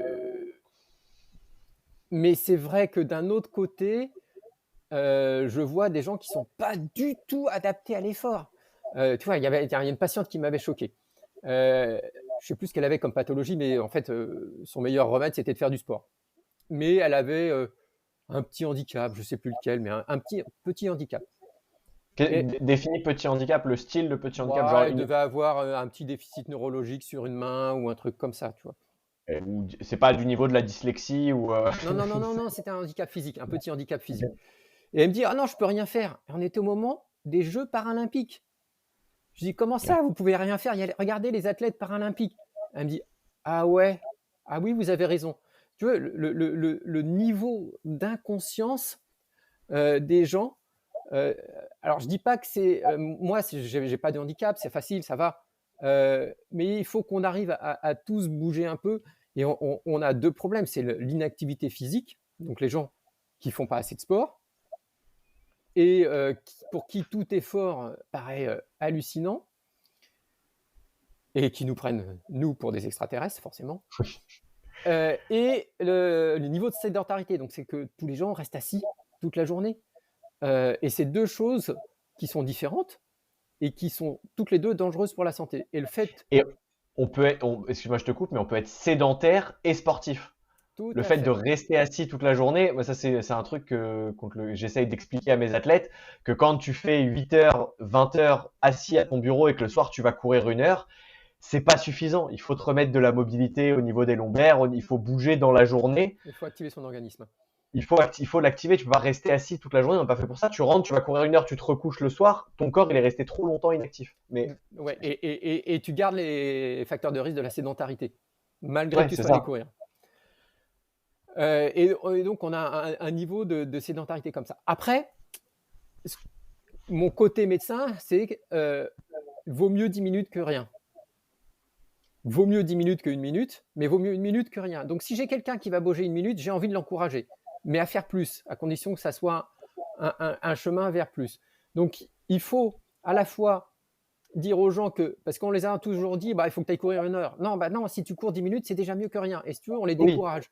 Donc, il faut parce les qu'une heure, oui, encourager. c'est trop. Il faut les encourager pour aller vers le plus, mais pas se contenter du peu, tu veux. Donc, on a une Ouais. espèce d'attitude où il faut qu'on fasse ça. Et c'est vrai pour la sédentarité, c'est vrai contre l'inactivité physique également. Donc, il faut, mon côté c'est médical, c'est de dire, il faut qu'on fasse plus. Après, un autre truc qui me chagrine un peu, c'est que on va dire aux gens, vous manquez d'activité physique, vous allez descendre d'une station de métro plus tôt ou une station de bus plus tôt. Bah ouais, c'est bien, mais ça va pas suffire. Parce Il que faudrait qu'ils fassent tout le trajet à pied. non, non, c'est pas ça. C'est même pas ça. C'est que oui, ça serait déjà bien, et que en plus, il faudrait mettre de la haute intensité quand même de temps en temps, et que finalement, le fait d'aller promener le chien ou d'aller marcher pour aller travailler, bah, c'est bien, ça limite la sédentarité, mais ça donne pas une activité physique suffisamment intense. Donc il y a aussi ce problème-là, et souvent on a peur de culpabiliser les gens, ou on a peur de les encourager à faire plus, de les sortir de leur zone de confort. Mais il faut aussi réussir à sortir de sa zone de confort de temps en temps pour que notre santé s'en profite. En fait, notre organisme, il évolue par stress. Alors, pas le stress psychologique du boulot, hein. Stress physiologique, c'est ton organisme. Quand tu vas courir, tout le stress, tu vas faire un stress, soit une hypoxie, soit un stress métabolique parce que tu vas avoir dépensé beaucoup d'énergie, soit un stress mécanique parce que tu as fait de la musculation, soit un stress stress oxydant parce que tu as consommé beaucoup d'oxygène. Et ce stress va déclencher des cascades biochimiques qui te permettent à ton organisme de fabriquer les protéines adaptées au stress que tu as eu, et tu deviens plus fort. L'exemple typique, c'est quand tu fais la musculation, tu casses de la fibre musculaire, tu exerces une tension sur ton biceps, par exemple, et tu le reconstruis plus fort. Bon, bah, tout ton organisme, il fonctionne comme ça avec ces stress. Et si tu ne crées pas un stress suffisant, donc par exemple par la haute intensité, mais ou par d'autres choses, ton organisme se désadapte. S'il se désadapte, il est moins performant, il est moins fonctionnel et il est en moins bonne santé. Si tu veux, c'est la même chose, santé et performance, finalement, c'est à peu près pareil. Et donc, si tu n'exerces pas suffisamment de stress régulièrement, ton organisme, il se désadapte et tu deviens une patate de canapé. Et est-ce que, du coup, ça c'est pour le côté sédentaire et l'autre côté de la balance, est-ce qu'il y a un côté où, par exemple, faire 2 full Ironman dans l'année, ça serait pas trop non plus, alors que ce soit, à quel moment est-ce qu'on tombe dans la bigorexie ou dans la surconsommation du sport sans que ce soit forcément de la bigorexie? À quel moment, alors peut-être moins avec le triathlon dessus, vu que c'est 2 sports portés sur 3 et que du coup la charge d'impact est moins, mais par exemple, quand on voit en tête, là, j'ai Casquette Verte qui enchaîne les ultra trails, malgré le fait qu'il ait des fractures, qu'il ait une fracture à la cheville et qu'il finisse son ultra trail et qu'il reparte 2 semaines après dessus. Quel impact long terme et à quel moment est-ce qu'on se dit bon ok là le sport on sort de la partie santé, on sort de la partie je suis pas une grosse patate dans mon canapé, ok, mais peut-être là c'est trop. Alors, dans ce cas-là, on est dans le déraisonnable, clairement, mais chez lui, c'est du déraisonnable avoué et revendiqué. Ouais, D'accord? c'est Donc, son perso. voilà. Donc là, on est sur un autre problème. Chez monsieur et madame tout le monde, on n'a pas de. Enfin, à ma connaissance, on n'a pas d'études. D'ailleurs, c'est un peu trop récent pour savoir comment on impacte réellement la santé. Alors, le seul truc, c'est le RED syndrome, le RED-S, donc le déficit énergétique relatif dans le sport, qu'on peut avoir chez pas mal d'athlètes féminines, surtout, mais chez les hommes aussi. Donc, avec perte de poids, perte de libido, perte de Minoré, performance et tout ça. Donc, ça, rupture de on est vraiment dans fatigue. le pathologique, mais c'est pas une épreuve qu'il fait, c'est un enchaînement d'épreuves. C'est donc tu ne manges pas assez Ouais. en rapport avec l'énergie. Enfin, c'est même pas un enchaînement d'épreuves, c'est l'entraînement. Tu es en déficit énergétique d'apport alimentaire par rapport à ce que tu dépenses. Ouais. Après, quelle est la limite? On n'en sait rien, en fait, parce que finalement, ça dépend. Sur un Ironman, l'avantage, c'est que finalement, tu n'as pas de trouble du sommeil. Enfin, tu as la nuit avant où tu dors pas très bien, la nuit après où tu dors pas très bien, mais finalement, tu ne te crées Ouais. pas un déficit de sommeil à long terme. Il y a ça en ultra trail aussi, ouais, il y a les nuits Voilà. blanches qui vont avec. Et les nuits blanches qui vont avec, elles sont bien plus perturbantes. Sauf sur Ironman, enfin sur entraînement sur Ironman, si tu en vois certains qui vont se lever et se coucher à 22h30, 23h, et puis qui vont se lever à 5h30 pour aller courir ou nager, peut-être qu'eux, ils vont se créer un problème parce qu'ils vont être en déficit de sommeil. Et le sommeil, c'est fondamental pour la santé. Ouais, c'est le premier socle, il faut dormir. Donc, si tu veux, je ne sais pas quelle est la limite. Je ne pense pas qu'il y ait une limite fixe, mais ça dépend un peu de chacun en plus. Ouais. Mais du coup, est-ce que tu penses que faire ne serait-ce qu'un Ironman, qui est quelque chose quand même qui reste exceptionnel ou en tout cas très engageant physiquement, mentalement, est-ce que ça reste du bon pour la santé? Parce que à partir du moment où tu fais déjà un half ou même un M, tu es sorti de la sédentarité, tu fais déjà de l'intensité, tu fais déjà de l'endurance, tu peux déjà faire du renfort. Est-ce que ça reste bon pour la santé d'encaisser tout ce sport-là, de monter à 15-20 heures sport semaine? Ou est-ce qu'effectivement il y a une limite où on peut commencer à se dire ouais, on attaque un peu le capital santé, ou en tout cas, il y a certains jeunes qui commencent à 18 ans les full Ironman ou les sports d'ultra endurance et se dire c'est peut-être pas nécessaire de démarrer aussitôt. Est-ce qu'il y a quelque chose là-dessus ou pas? Alors, je ne saurais pas te répondre parce que je n'ai pas vu d'études là-dessus. Par contre, je peux te répondre sur la durée par semaine. Et on sait que si on fait tout le volume d'entraînement chaque semaine, donc à partir de 2h30, on a un bénéfice santé qui commence à être correct. Et c'est pour ça que les recommandations de l'OMS, c'est 150 minutes par semaine. Jusqu'à 7 heures, on a un plateau, ça reste bénéfique. D'accord? Sur la mortalité, toutes causes confondues. Ouais. Quand tu continues à faire encore plus, donc au-delà de 7, 8, 9, 10 heures, et jusqu'à 25 heures, parce que les études ne vont pas plus loin, jusqu'à 25 heures par semaine. Ça touche déjà plus grand monde au-dessus de 25 heures. Voilà. Plus tu augmentes, plus la mortalité, toutes causes confondues, elle diminue. Donc c'est proportionnellement inversement lié. Ouais, alors proportionnellement, peut-être pas, mais voilà, plus tu t'entraînes, plus tu fais diminuer la mortalité, toutes causes confondues. Il y a une nuance, c'est que dans cette mortalité toutes causes confondues, tu diminues encore plus la mortalité par cancer. Par contre, à partir de 15, 16, 17 heures par semaine, je ne sais plus exactement, tu augmentes la mortalité cardiaque. D'accord? Ok. Mais au total, ta mortalité, toutes causes confondues, elle diminue. Ok, donc là, comme ça, moi j'aurais tendance à dire que rester aux alentours de 10 heures d'entraînement semaine, en majoritaire hein, sur l'année, lycée sur l'année, je te parle pas d'une prépa où sur 3 semaines tu es monté un peu plus haut et ça reste dans les 52 semaines du à part, ce serait le plus bénéfique du coup. Bah, ça me paraît pas mal, ouais.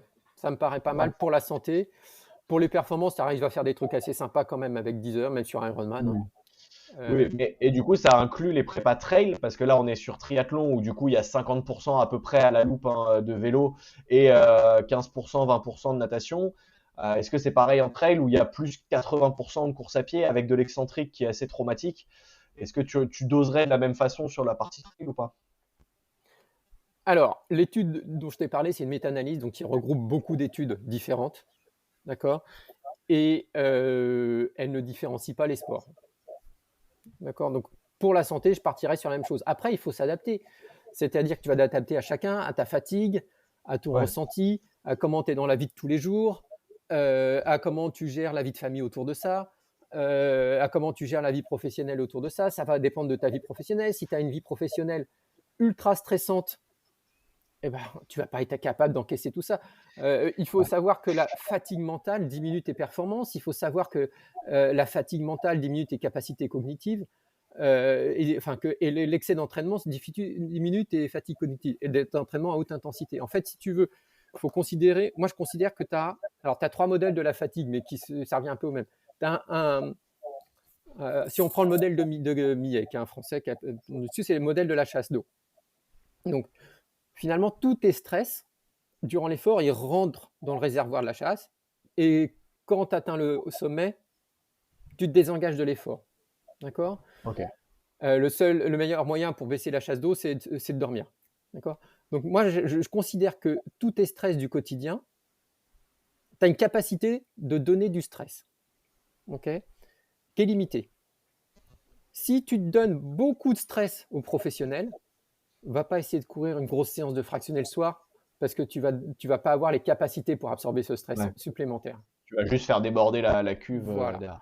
Donc il faut que si tu veux, ta capacité d'entraînement et ta capacité d'intensité, elle va dépendre de tout ça. Si tu as une vie professionnelle hyper stressante, une vie familiale hyper stressante, tu dors pas la nuit parce que tu as un nouveau-né, laisse tomber, va pas faire du fractionné, Ouais. ça passera pas.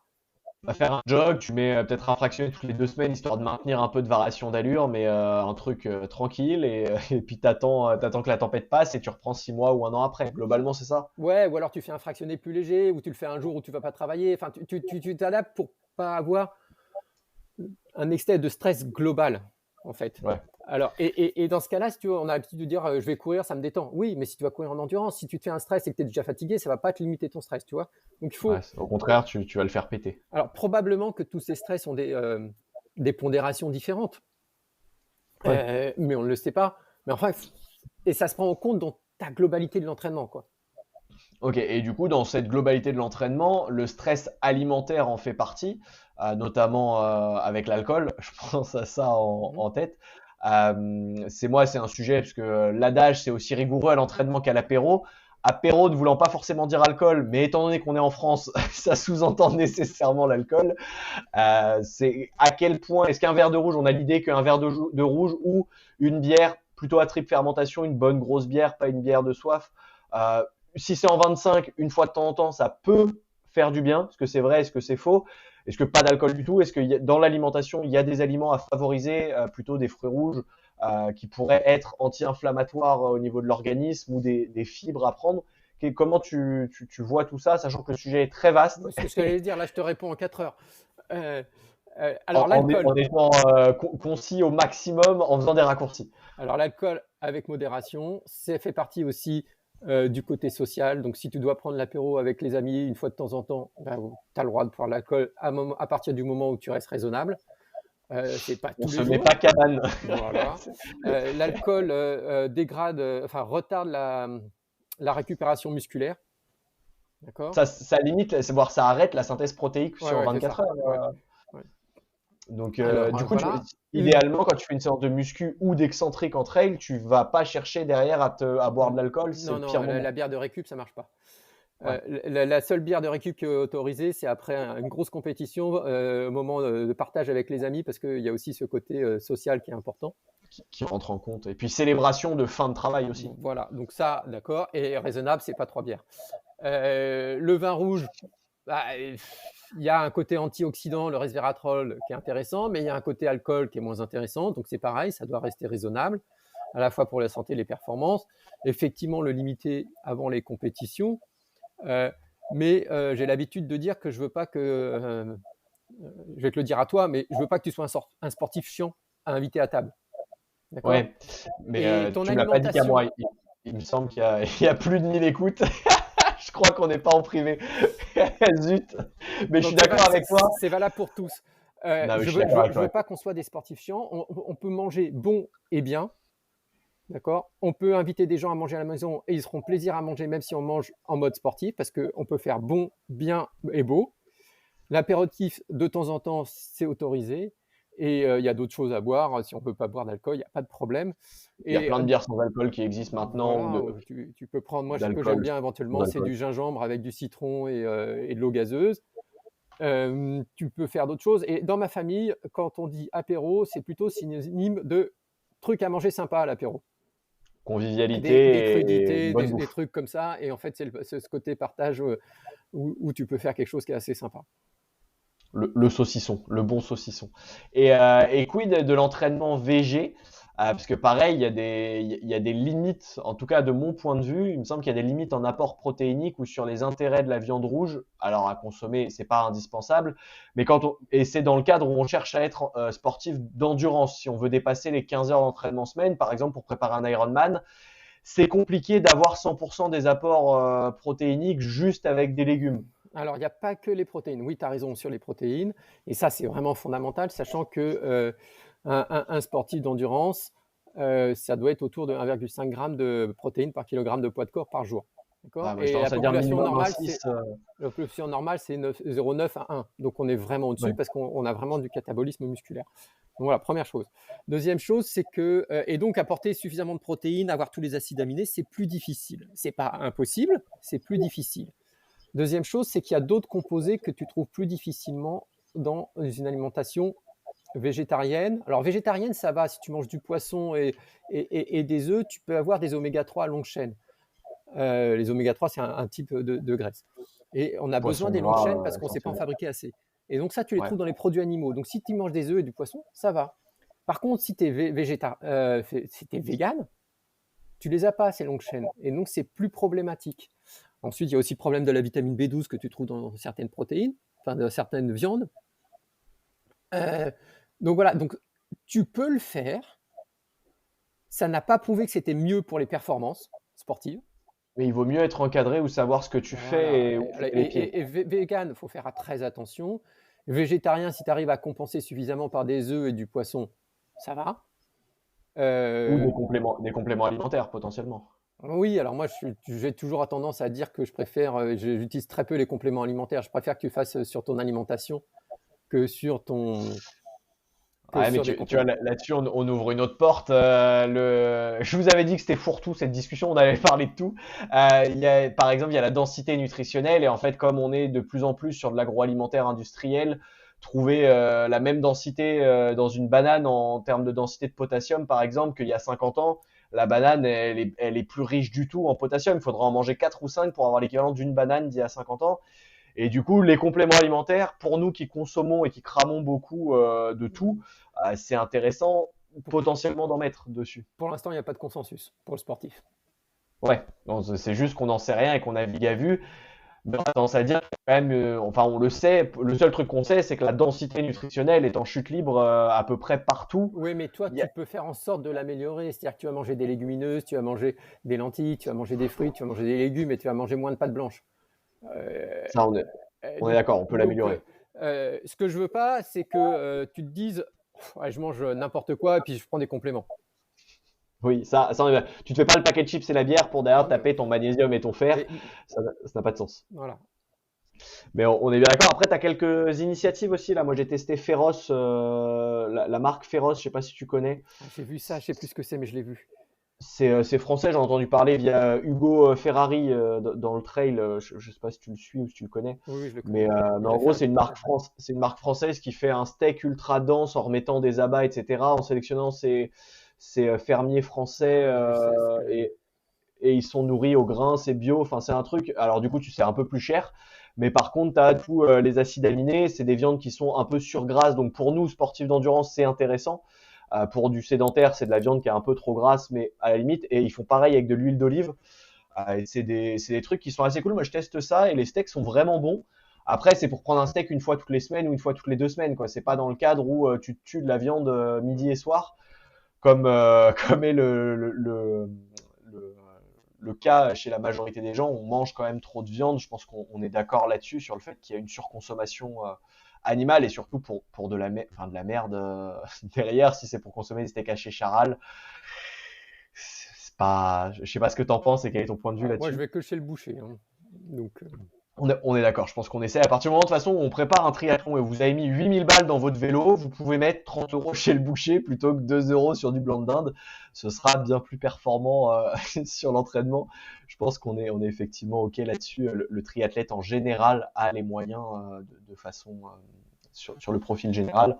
Donc il vaut mieux effectivement mettre un peu plus, en manger moins souvent, mettre un peu plus cher et aller chez le boucher. Encore une faut-il tracer son boucher ou savoir connaître son boucher et savoir où est-ce qu'il se source aussi, parce que ça devient vite un casse-tête dessus. Est-ce que tu aurais 5 ou 10 grandes règles de nutrition pour le sportif? Imaginons, tu veux préparer un Ironman là. Ce serait quoi les 5 grandes règles que tu donnerais, les fondamentaux, ceux sur lesquels il faut absolument pas tergiverser? alors, manger vrai. C'est-à-dire? Manger vrai, c'est des aliments que tu vas être obligé de cuisiner. En gros, si tu as un Nutri-Score, c'est pas bon. J'adore cette phrase, c'est tellement vrai. Alors, Oui, j'exagère un peu parce que quand tu achètes une bouteille d'huile d'olive, c'est bon pour la santé et tu as un Nutri-Score. Mais c'est-à-dire que si tu achètes des fruits et des légumes au marché, il n'y a pas de Nutri-Score. Si tu achètes ta viande au boucher, il n'y a pas de Nutri-Score. Et donc, ça veut dire que tu prends des aliments relativement bruts que tu vas cuisiner toi-même. Donc, pour moi, c'est la première chose, c'est manger vrai. Deuxième chose, c'est beaucoup de fruits et légumes. Surtout beaucoup de légumes. C'est le principal de ton alimentation à tous les repas. est-ce que tu rentres les surgelés dans les légumes parce qu'on n'est pas toujours le temps d'aller quand Oui. on a envie de famille, Mais pas les etc. surgelés déjà préparés, les surgelés bruts. Ouais, surgelés juste découpés et congelés Mm. et épluchés et congelés, et Voilà. basta. Donc, beaucoup de fruits et légumes. Ensuite, des protéines à 3 repas par jour. Dans les 3 repas, il faut des Ouais, protéines. des protéines, surtout quand on a passé 40 ans. Parce qu'il faut, pour la synthèse musculaire, avoir des protéines au moins 3 fois dans la journée. Ça pourrait être même 4 fois. Ensuite, je dirais passer un petit déj salé et Ouais. éviter le petit déj à la française. Donc, ça veut dire du coup des protéines au petit déj. Alors, moi, il y a des œufs à tous les petits déj. Moi, j'avoue que j'aime bien les muesli avec le café. Le muesli fromage blanc, c'est le Il faut petit que ton fromage péché. blanc il y ait suffisamment de protéines. Ben, c'est du 0%, donc je suis pas sûr, je suis Faudrait pas que tu sûr regardes. là-dessus. Mais toi, là, bon, il y a des protéines dans le fromage blanc déjà. C'est mieux que le café avec une tartine de Il y a des pain œufs, et de il la y a 3 confiture. œufs. Généralement, je prends 3 œufs et Ah un bon, fruit à bah c'est côté, bon. mais c'est une dominante, disons que c'est une dominante sucrée avec un petit peu de salé. Est-ce que ça Non, ça va me ou va, est-ce que ça. Si c'est un muesli en plus, c'est... ça me va. Et Ok. voilà, moi, un petit déj chez moi, c'est je commence par une poignée de noix ou noisettes, 2 œufs, plus ou moins du pain avec du beurre si ce matin j'en ai pas eu, par exemple, j'en ai pas pris, mais ça peut être une galette de sarrasin et un fruit. Ok. Euh, Pas, ensuite, pas obligé. Ce que tu veux dire, c'est que pas obligé de faire du porridge ou des trucs non, qu'on peut voir de la grosse saucisse de Morteau non, au non, non, non, petit-déj. non. Si ça vous dégoûte, vous n'êtes pas obligé de faire ça. Juste des œufs avec un peu de sel, déjà, c'est cool. Hmm. Non, pas forcément du sel, je veux dire typé salé, mais pas de Oui, sel non avec. mais on rajoute un petit peu. Moi, je sais que j'en mets quand il fait chaud, notamment pour la perte, pour Bon, compenser la même perte en pas, sodium. t'as suffisamment dans ta journée.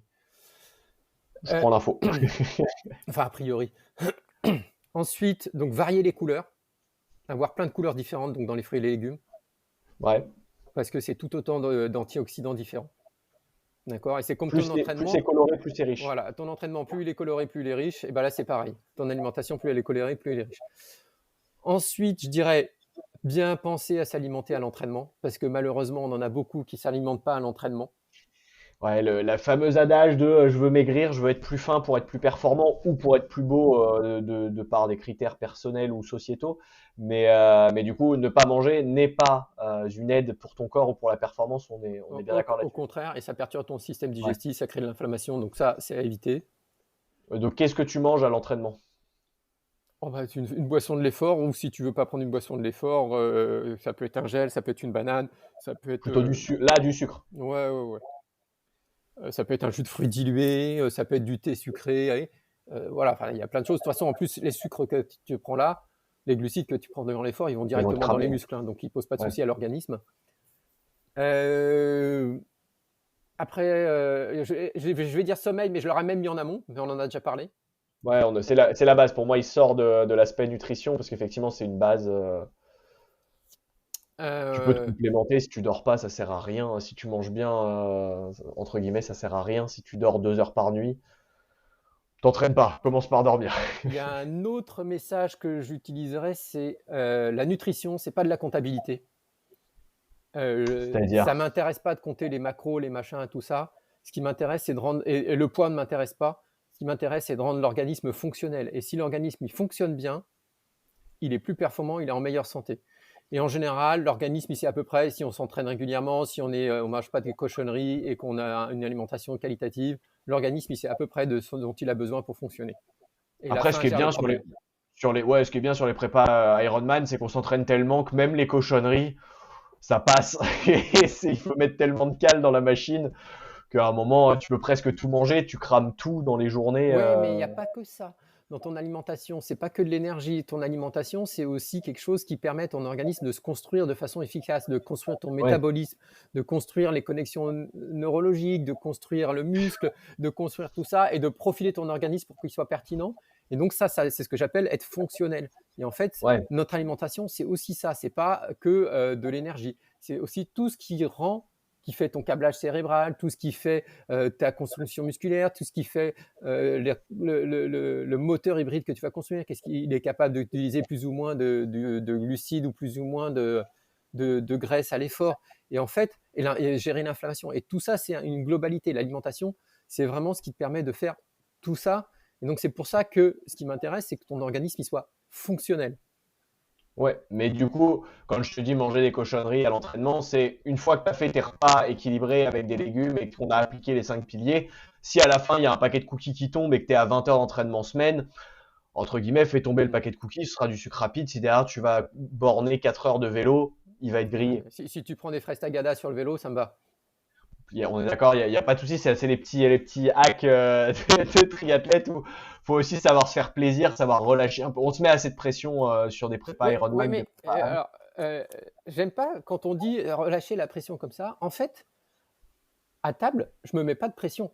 Je mange équilibré et bien parce que j'aime ça et parce que je rends les plats bons à Je, manger. Et il y je a pas, dirais je dirais apprentissage du coup. Je changerais le mot en apprentissage parce que pour beaucoup, c'est un effort de devoir d'apprentissage, mais après, switcher, une fois qu'on a cuisiner. appris à cuisiner et à manger des trucs bien, c'est, Ah oui. c'est pas, il n'y a pas de souci. Puis t'y reviens plus après derrière les préparer, t'y reviens quand t'as pas le temps, quand vraiment t'es en déplacement, que t'es entre deux trains et qu'il faut te manger un sandwich ou une boîte, mais sinon t'essayes de prévoir le tupperware et une fois que tu cuisines là-dessus, c'est vrai qu'en termes de goût, ça n'a tout de suite rien à voir. Ok, et ben écoute, je crois qu'on a fait le tour. Est-ce qu'il y avait un autre sujet ou est-ce que tu voudrais rajouter un truc dessus, sachant que si jamais vous cherchez des idées pour mettre de la couleur dans vos assiettes, etc., tu as fait 101 recettes pour les sports d'endurance qui en plus est spécifique pour le sport d'endurance. Donc c'est pour vous apporter et de l'énergie et mettre de la couleur et on retrouvera j'imagine plein de recettes. Je l'ai pas celui-là et je l'ai pas vu. J'imagine que tu as mis dedans toutes les recettes pour bien cuisiner. Ouais, à toutes les recettes, non, on peut faire plein de trucs. Mais j'ai mis 101. des recettes de plats, de bars, par exemple, il y a une barre de céréales que j'aime beaucoup, que j'ai fait sur la Saint-Élion. Alors, pas celle de 2006, sur une autre que j'avais édition et que j'aime beaucoup, c'est facile à faire. Une barre de céréales chacun, hein, c'est 30 grammes de miel, 30 grammes de flocons de ce que tu veux, 30 grammes de fruits secs, et moi je mets du gingembre frais avec. Et ça donne une barre qui est sympa. Donc, toi, ça fait partie des recettes qu'il peut y avoir là-dedans. Et tu fais C'est cuire, rapide, c'est tu fais efficace. cuire ça, tu mets ça grossièrement, tu fais cuire au four 20-30 minutes à 180 degrés, tu as des barres de céréales en mettant les goûts que tu veux et qui sont au moins, tu es sûr de ce que tu as mis dedans.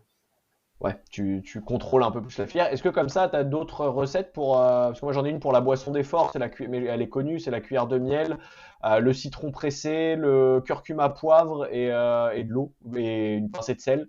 globalement, et ça fait une boisson d'effort. Ça fait une boisson d'effort dessus. Alors, Est-ce que tu as une autre recette? Est-ce que tu modifierais quelque chose? alors attention, quand tu fais une recette comme ça, tu sais pas si elle est isotonique. Donc à l'entraînement, ça me dérange pas. En compétition, ça me dérange parce que tu sais pas si elle est isotonique. Moi, j'ai fait des boissons, je les ai testées en laboratoire pour vérifier qu'elles étaient bien isotoniques. Et c'est pas si facile que ça.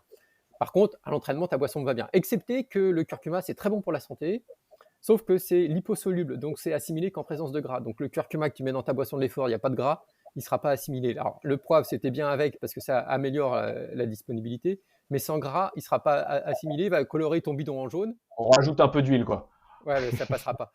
Donc tu le prends pendant ton repas, ça sera mieux que là, parce Ok. que sinon il a coloré tous tes bidons en jaune. Moi j'avais une boisson au Oui. curcuma, ils étaient surtout jaunes les bidons. Ah, tu t'en débarrasses plus, hein, et après, c'est irrécupérable, ça. Et tu aurais comme ça une recette de gel maison aussi, juste du miel? Alors gel, j'ai jamais réussi à le faire réellement parce que j'avais un problème de contenant pour qu'il soit transportable. Ouais, il y avait Happy Run qui avait fait un truc réutilisable, une flasque réutilisable. Ouais, alors moi, c'était au moment où je l'avais fait. C'est vrai que maintenant, il y a des flasques réutilisables, donc tu devrais pouvoir le faire, mais je me suis pas repenché sur le souci. Ah, tu pourrais faire un gel avec purée de pommes de terre. Purée de pommes de terre, tu peux. Je vais te donner une autre recette après. Tu pourrais faire un gel avec de la compote de pommes et puis un peu de miel et puis une pincée de sel et tu aurais un gel qui pourrait être sympa. Donc, tu peux même peut-être écraser un peu de banane avec. J'avais trouvé aussi une recette dans une étude qui est assez sympa. C'est de la purée de patates douces. Tu prends de la purée de patates douces et tu mets de la farine de riz gluant avec. Ok, Et ça te permet de la compacter et d'avoir un petit truc un peu sympa et ça se cuit au four. ok. Eux, ils Et du l'avaient coup, mis. t'as quoi? T'as une barre? T'as une espèce de barre guimauve? Ouais, alors eux, ils l'avaient cuit à la vapeur, donc ça te donnait un gel un peu épais. Et Ok. là, ça te donne une barre un peu guimauve, comme tu dis, et qui est assez sympa, du coup, un goût assez neutre. Et tu as quelque chose qui est pas mal. Mais par contre, au niveau densité calorique, c'est pas énorme. Ouais. Ouais, c'est toujours le problème, c'est qu'il faut aussi rentrer de la cale. Après, ça dépend ce que tu fais, ça dépend de la séance pour laquelle tu pars. À l'entraînement, ça va, mais le problème, c'est que si tu veux faire tout un Ironman avec ça, tu pars avec une remorque. Sur le vélo, tu peux pas, quoi. Il y a pas assez du rangement sur le vélo. Mais ok, bah, les recettes sont notées et seront testées. Est-ce que tu as d'autres petits hacks qui te viennent en tête là, à nous partager, que ce soit sur la nutrition ou sur les sujets, des trucs que tu voudrais aborder ou pas? Pour moi, j'ai fait le tour de la to-do list des sujets que je voulais aborder. Non, il y a plein d'autres trucs, mais je pourrais parler des heures. Non, ça va, on a parlé plein de choses déjà. Et c'est toujours le problème, c'est que là, en plus, on a exploré. Les hacks qui sont dans la science de l'endurance, tome 1 et tome 2, il faut aller les lire. Et ben voilà, très bonne conclusion, ça me va. Vous retrouverez tous les livres. Et encore une fois, il n'y a pas que cela. Tu as été très complet en termes de bibliographie. Donc, n'hésitez pas à aller lui demander directement sur Insta. Je mets ton Insta en lien ou pas? T'es pas hyper présent sur Insta. Je suis pas très réactif, on va dire. Ouais, donc je le mets quand même. Ouais. Essayez. Peut-être si on a une question à me poser, je réagis plus facilement sur Facebook. Ok, donc plutôt sur vieux, contact sur 52 ans, je suis un vieux. Ouais, mais Facebook marche très bien si vous voulez le contacter, si vous avez une question. Ou dans les barres de commentaires de l'épisode, n'hésitez pas à commenter. En même temps, vous likez, vous abonnez, comme ça soutient le podcast et ça, c'est toujours cool. Mais n'hésitez pas, moi, je me chargerai de transmettre les questions si jamais il y en a aussi. Et si vous avez bien aimé, Fabrice, on peut se retrouver pour une V2 parce qu'on a effleuré tous les sujets en surface. Si jamais c'est demandé, on peut aller creuser, que ce soit la nutrition, l'évolution sportive, l'analyse des datas, les régimes alimentaires possibles. Il y a plein de sujets à creuser dessus et effectivement, on pourrait parler des heures là-dessus. Avec plaisir. Eh ben écoute, on laisse les auditeurs décider et choisir de ça. Merci beaucoup pour ton temps et tes connaissances. J'espère que ça t'a plu, ce petit mix de connaissances et ce petit balayage de l'intégralité de ta carrière, ou presque, parce qu'évidemment, on a oublié des zones d'ombre, j'imagine. Merci pour l'invitation, c'était un bon moment. Toujours sympa de Avec discuter plaisir. triathlon, ça me fait toujours plaisir. Eh ben, avec grand plaisir. Bonjour au club de Ponto Combo au passage. Et je te dis à très vite pour un prochain épisode. Merci à tous et à toutes de nous avoir écoutés. Bon courage pour la fin de votre sortie longue. Si jamais vous devez faire 1h30, il vous reste maintenant 1 minute 20 à tenir avant la récup. Ou peu importe ce que vous faites. Je vous dis à la semaine prochaine pour un nouvel épisode.